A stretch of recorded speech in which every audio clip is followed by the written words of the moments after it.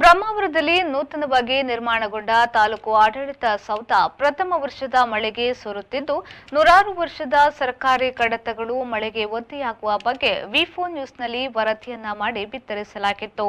ವರದಿಗೆ ಎಚ್ಚೆತ್ತ ಅಧಿಕಾರಿಗಳು ಬಂದು ಪರಿಶೀಲನೆಯನ್ನ ಮಾಡಿದ್ದಾರೆ. ಹೊಸ ಆಡಳಿತ ಸೌಧಕ್ಕೆ ಬ್ರಹ್ಮಾವರ ತಾಲೂಕು ಕಚೇರಿ, ಸಬ್ ರಿಜಿಸ್ಟ್ರಾರ್ ಕಚೇರಿ, ಸರ್ವೆ ಮತ್ತು ಭೂ ದಾಖಲೆ, ಶಾಸಕರ ಕಚೇರಿ ಸೇರಿದಂತೆ ಅನೇಕ ಕಡೆಯಲ್ಲಿ ನೀರು ಸೋರುವಿಕೆ ಮತ್ತು ಬಿರುಕು ಬಿಟ್ಟು ತೇವಾಂಶಗೊಂಡ ಕುರಿತು ಸಂಕ್ಷಿಪ್ತ ವರದಿಯನ್ನು ಮಾಡಿ ಅಧಿಕಾರಿಗಳ ಗಮನ ಸೆಳೆಯಲಾಗಿತ್ತು. ವರದಿಗೆ ಸ್ಪಂದಿಸಿದ ಗೃಹ ಮಂಡಳಿ ಇಂಜಿನಿಯರ್ ಸಹನಾ ಮತ್ತು ಸಹಾಯಕ ಇಂಜಿನಿಯರ್ ಹರೀಶ್, ಗುತ್ತಿಗೆದಾರರ ಪ್ರತಿನಿಧಿ ಪ್ರಮೋದ್ ಶೆಟ್ಟಿ ಅವರೊಂದಿಗೆ ತಾಲೂಕು ಆಡಳಿತ ಸೌಧಕ್ಕೆ ಭೇಟಿ ನೀಡಿ ಎಲ್ಲಾ ಕೊಠಡಿಯನ್ನು ಪರಿಶೀಲನೆ ಮಾಡಿದ್ರು. ಗುತ್ತಿಗೆದಾರರಿಗೆ ತುರ್ತು ಕೆಲಸ ಮಾಡುವಂತೆ ಆದೇಶವನ್ನು ನೀಡಿದ್ರು.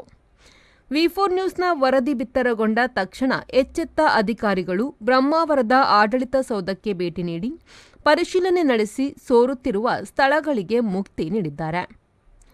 ಬ್ಯೂರೋ ರಿಪೋರ್ಟ್ ವಿ4 ನ್ಯೂಸ್ ಬ್ರಹ್ಮಾವರ.